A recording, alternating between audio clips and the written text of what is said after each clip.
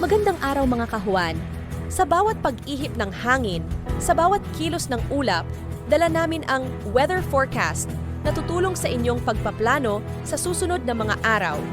Maging ito'y para sa inyong mga lakad, trabaho, o simpleng pahinga sa bahay, ang Weather ni Juan ang inyong maaasahang gabay sa ulat ng panahon.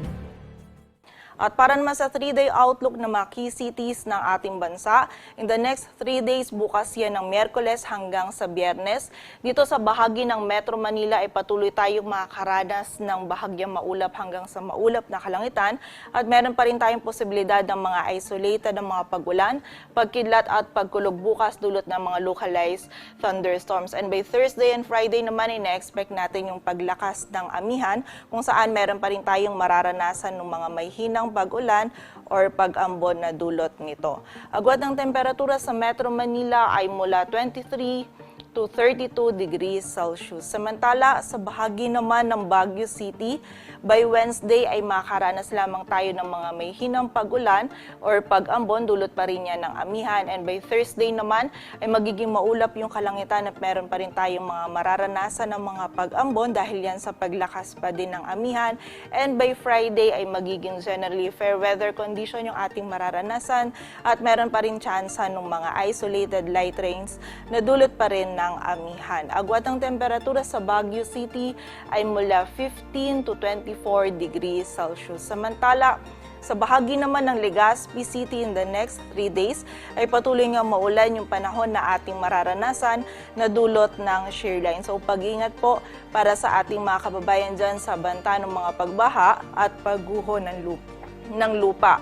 Agwat ng temperatura sa Legazpi City ay mula 24 to 32 degrees Celsius.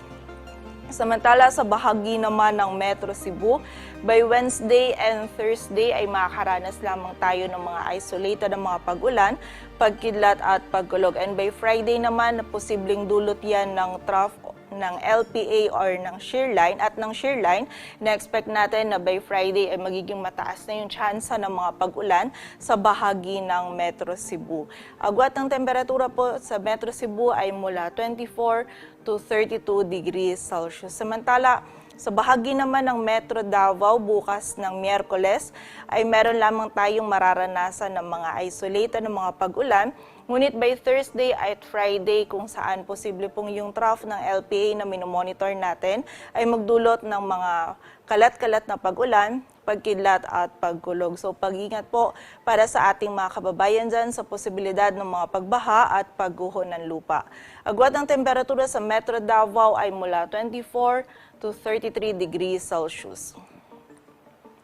Dito sa Metro Manila, ang araw ay sisikat mamayang 5:56 ng umaga at lulubog mamayang 5:24 ng hapon. Ang bawat hagupit ng hangin at bawat patak ng ulan ay inyong masusubaybayan dito lang sa Weather ni Juan. Siguruhing mag-subscribe at pindutin ang notification bell upang kayo ay palaging handa at well-informed sa bawat galaw ng panahon. Abangan ang susunod na weather forecast video.